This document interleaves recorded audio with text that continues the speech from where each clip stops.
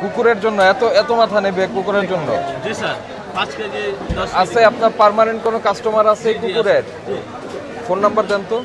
আপনি piece piece বিক্রি করেন, পিস হিসাবে বিক্রি করেন না? জি না, কেজি কেজি। ওইটা দুইটা খোলেন, দুইটা পিস খোলেন। ভোক্তারা কিনে না হোটেল টোটেল নেয়? কে নেয় আপনার কাছে? হোটেলও নয়, আবার কাস্টমারও নয়, সাধারণ পাবলিকও নয়। গ্রামে কি আছে?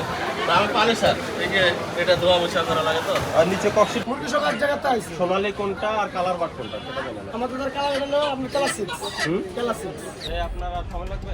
না না রাস্তা আছে ওইটা আছে। এই প্রসিকিউশন একটি মুরগি কেটে সেটাকে যথাযথভাবে ফ্রিজিং না করা হলে সেটি একটু বেশি সময় আর ভালো থাকবে না, তখন ভোক্তা ক্ষতিগ্রস্ত হতে পারে। আমরা তাকে সেই নির্দেশনাই দিয়েছি। এই ব্রয়লার মুরগি আমাদের বাজারে অ্যাভেলেবেল আছে এবং ব্রয়লার মুরগির দামও অনেকটা কম আছে। এই ব্রয়লার মুরগিরই আরেকটা প্রকরণ হচ্ছে কালার বার্ড, মানে মুরগিটা হচ্ছে ব্রয়লার কিন্তু দেখতে অনেকটা সোনালিকা মুরগির মতো। আপনারা জানেন সোনালিকা মুরগির দাম একটু বেশি, এজন্য আমাদের অসাধু ব্যবসায়ীরা এই সোনালিকা মুরগি এবং কালার বার্ড দুটাকে মিক্সিং করে একই খাঁচায় রেখে বিক্রি করছে।